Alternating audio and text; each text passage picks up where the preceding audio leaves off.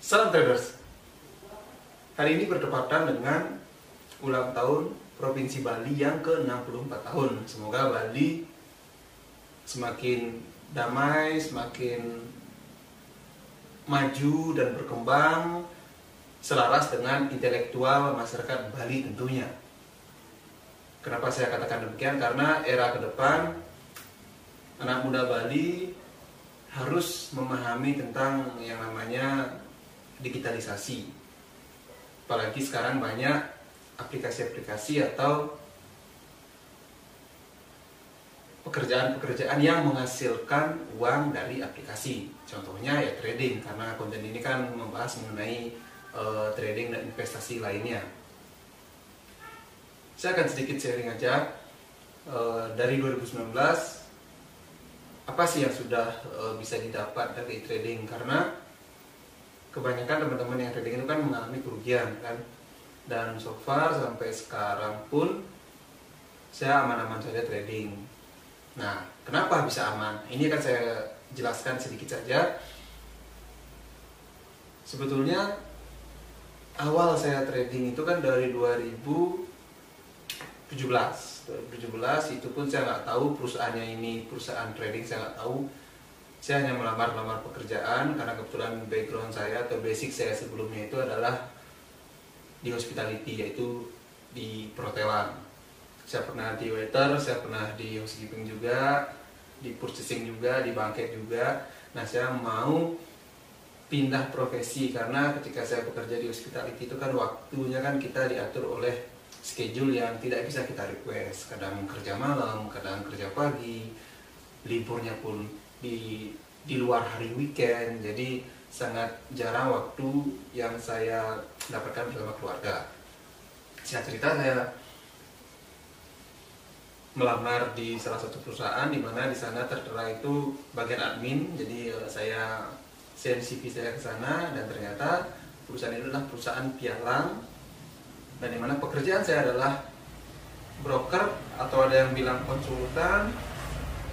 Kalau saya sih sales, jadi sales marketing yang saya menawarkan apa itu trading, mekanismenya seperti apa, dan profitnya seperti apa, atau keuntungannya ikut trading itu seperti apa. Nah, itu awal saya tahu trading tahun 2017, dan kantornya pun ada di Sunset Road dan punya legalitas yang jelas. Itu awal saya tahu yang namanya trading. Kenapa saya trading itu bertahan dari 2017 sampai sekarang 2022, ada hampir 5 tahun. Jadi saya punya, jadi gini, konsep-konsep yang saya perkirakan itu selalu kena gitu loh. Dari 2017, 18, 19, 2017, 18 itu saya kerja di sana, saya tidak tahu apa-apa. Pokoknya di sana saya mengalami kuliah, terus saya masih belajar untuk trading yang benar seperti apa. Karena salah saya, namanya juga kita nggak tahu kan, kita terjun langsung dengan dunia trading yang waduh benar-benar keras sekali di sana. Lalu 2019, 2020, 2021 itu saya belajar sendiri, dan saya keluar dari perusahaan itu dan saya bekerja di perusahaan distributor sampai sekarang. Jadi saya trading itu tidak fokus ke sana saja, dalam artian saya juga punya pekerjaan tetap, di mana trading adalah second finansial yang sudah sering saya katakan, dan itu sangat-sangat berguna buat saya. Nah, kenapa sekarang saya nggak kena scam, saya tidak mengalami penarikan yang tersendat, bahkan teman-teman kan banyak tuh yang penarikannya susah, ya kan. Terus masalah apa namanya memakai broker luar itu juga awalnya bagus, ujung-ujungnya sulit untuk withdrawal. Nah, kenapa saya aman? Karena gini, sejalan dengan YouTube saya ini, jadi 2020 itu saya kan kuliah di Stikom. Nah, di sana kan ada tugas di mana kita diwajibkan untuk membuat channel YouTube, dan tugas di apply ke sana. Jadi agar para dosen itu menilai tugas kita dari channel YouTube kita. Jadi awal saya buat YouTube 2020 itu hanya sekedar untuk mengirim tugas-tugas saja. Nah, singkat cerita, kepikiran nih mau buat channel mengenai trading. Jadi dari 2019, 2020 awal tuh saya buat channel trading, kalau nggak salah bulan Agustus saya sudah monet. Nah di sana karena konten saya itu memberikan edukasi, memberikan indikator, menjelaskan mengenai investasi trading, otomatis kan sejalan dengan broker-broker yang saya pakai. Dan kebanyakan memang broker yang saya pakai, dan kebanyakan broker yang saya pakai itu kan broker luar. Jadi di saat saya trading, di saat saya melakukan kegiatan membuat konten-konten video di YouTube, otomatis dari email saya masuk beberapa mungkin marketing dari broker tersebut yang menawarkan saya untuk kerjasama. Nah dari itulah saya kenapa tahu yang namanya afiliator. Berapa dapat kalau kita jadi afiliator, dari linknya berapa dapat, keuntungan kita sebagai afiliator itu gimana, resikonya juga. Bahkan di saat kasus binomo itu pun muncul, pada saat itu saya belum jadi afiliator. Kalau sekarang saya menjadi afiliator, makanya saya tahu. Nah itu kenapa uang saya aman di broker luar. Beda kayak teman-teman yang baru-baru join itu kan kadang susah WD-nya kan, karena ya itu dia. Ketika saya dijadikan saya mengedukasi atau mempromosikan broker yang saya pakai, itu broker luar, otomatis kan saya dijaga nih tahanan dana saya, penarikan saya lancar agar memperbagus rating dari broker tersebut. Itu kenapa aman. Nah lalu channel YouTube ini kan juga pelan-pelan saya kembangin. Saya mulai untuk rajin upload video, apalagi sampai monet dapat gaji. Jadi kan orang itu berasumsi bahwa dia trading punya YouTube, brokernya juga melihat di sana. Bahkan sudah ada hampir 4 broker yang menawari saya, tapi saya tolak. Beberapa binomo saya tolak.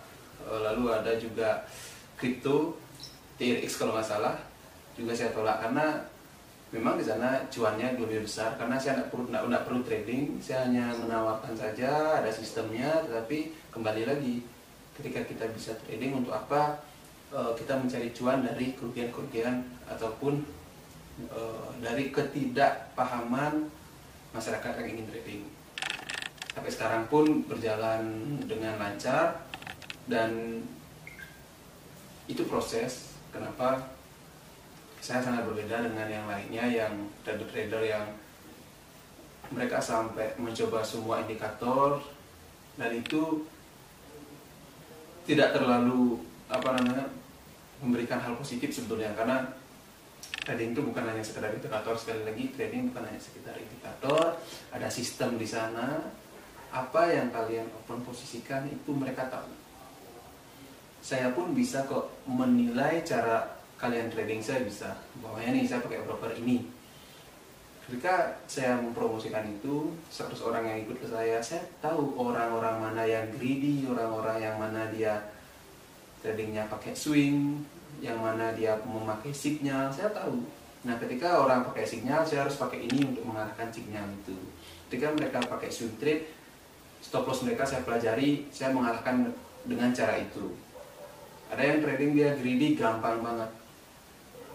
Kenapa saya katakan demikian? Apakah kalian trading itu kalian compare di saat kalian open dengan market lain? Nggak mungkin. Karena kalian sudah menganalisa nih, ini bakalan naik, ini bukan turun, analisa ini support resisten seperti ini. Jadi banyak faktor di sana yang membungkus yang namanya dia berhasil trading. Jadi di video kali ini saya benar-benar menjelaskan, bisa kalian cek di video saya. Saya tidak terlalu menjelaskan mengenai indikator moving average, stokastik, time frame yang bagus gimana, chart pattern yang gimana. Banyak konten kreator yang sudah memberikan solusi tersebut, memberikan cara-cara tersebut. Kalian tinggal pelajari aja. Yang saya ingin tekankan di channel saya ini adalah kita sedikit untuk membahas diskusi yang berbeda nih mengenai trading. Bukan hanya sekedar indikator, analisa, tapi bagaimana kita melihat momen. Jangan mau kita itu sampai dikalahkan oleh yang namanya bandar lah atau retail lah. Kita harus jeli melihat retail ini mau gimana in market gitu. Jadi kita bisa masuk ke retail ini tidak mengalami kerugian, dan itu yang saya pelajari sampai sekarang. Syukurnya dengan metode itu ya saya berhasil. Jadi bukan hanya sekedar indikator ya, sekali lagi memang itu penting, tetapi rubah mindset kalian. Kalian coba pelan-pelan pelajari market ini maunya seperti apa.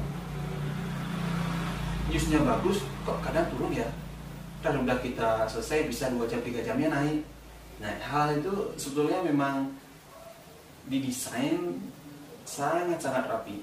So buat teman-teman bisa dicek di video saya, bisa dibandingkan juga. Jadi informasi ini penting banget biar kalian yang benar-benar pengen trading bisa mendapatkan hasil yang maksimal dengan kerugian yang sangat minim. Itu aja dari saya, sampai jumpa dan terima kasih.